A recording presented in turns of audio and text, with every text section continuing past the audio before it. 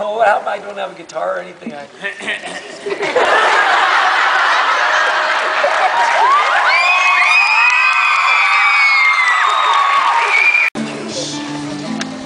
So you've already done this one better than I can do it, so I'll just do a lesser version right now.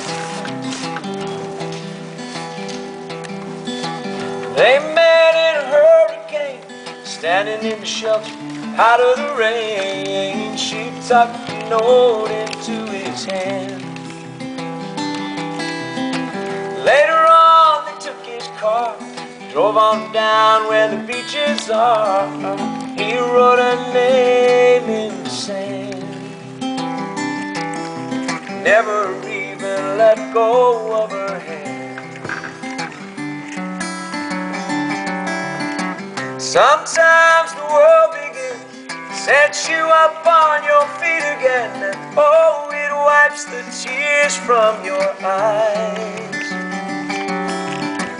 How will you ever know the way that circumstances go? Always gonna hit you by surprise. Well, I know my past, you were there, everything I've done. You are the one. Hi.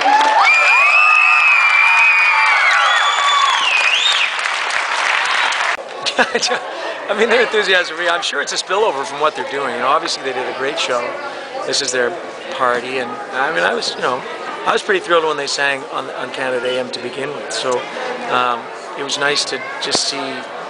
I know what it's like. I know that whole team feeling, and I can see that this will be something they'll always remember, regardless of how many of them go on to music. They'll always remember what they did together, and the power of music. You know, the communion and the joy of music.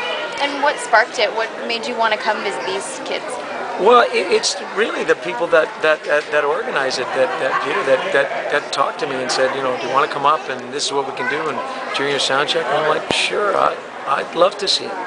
Take us back to that day at CTV. You were in the studios, and the kids started to sing, and you sort of didn't hear them, and all of a sudden there was a shock or a spark in you. Yeah, you got to understand, it's after a while you sort of tune out your own music.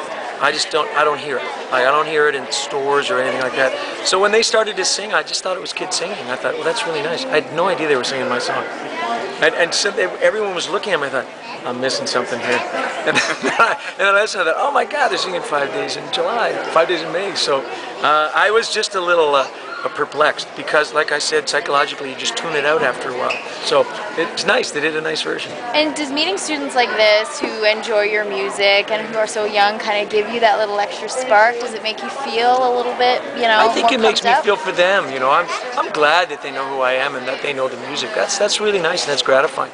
But I'm happy to be in the presence of people for whom music means something, and I'm just witnessing their joy. And the best part about today? Just hearing them sing. Just beautiful. That little girl that was Annie has a nice voice. Really nice voice. And in terms of music on the Canadian level, I mean, this is the future. What do they need to know to push forward and keep it alive and maybe bring it to that next step? Oh, you know what? You just have to love what you're doing. I mean, there's so many steps between being 12 and being in a production and doing it for a living.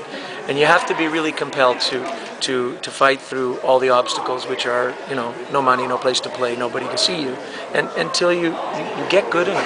I mean, they already understand what it's like to work hard and do something, and the accomplishment of that. I'm sure they were rigorously worked to be good, and they already also understand what it's like to face an audience and try to remember what to do, and that's a big part of it. But you know, the next 1,000 steps are many ups and downs, and you just have to love what you're doing and not be concerned about the end result. Just try to be better every day.